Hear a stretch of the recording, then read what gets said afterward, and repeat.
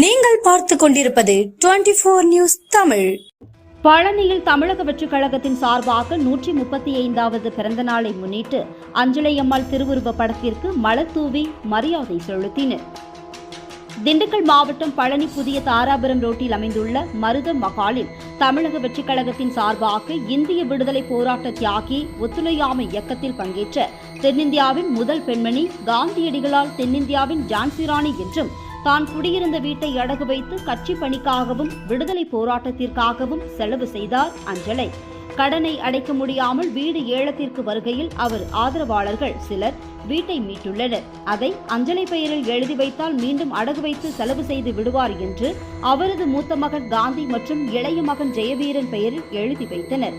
அம்மையாரின் 135வது பிறந்த நாளை முன்னிட்டு திருவுருவ படம் பூக்களால் அலங்கரிக்கப்பட்டு மாலையிட்டு பூக்களால் தூவி மரியாதை செலுத்தப்பட்டனர். இந்நிகழ்வில் மாவட்ட செயலாளர் கார்த்திக் ராஜா, மாவட்ட துணை செயலாளர் விஜய் சிவா, மாவட்ட செயற்குழு உறுப்பினர் பாலன், நகர தலைவர் மிதுன் மற்றும் மாவட்ட நகர ஒன்றிய மகளிரணி நிர்வாகிகள் கலந்து கொண்டு விழாவை சிறப்பித்தனர். 24 நியூஸ் தமிழ் செய்திகளுக்காக திண்டுக்கல் மாவட்ட செய்தியாளர் ஆஷிக் அலி.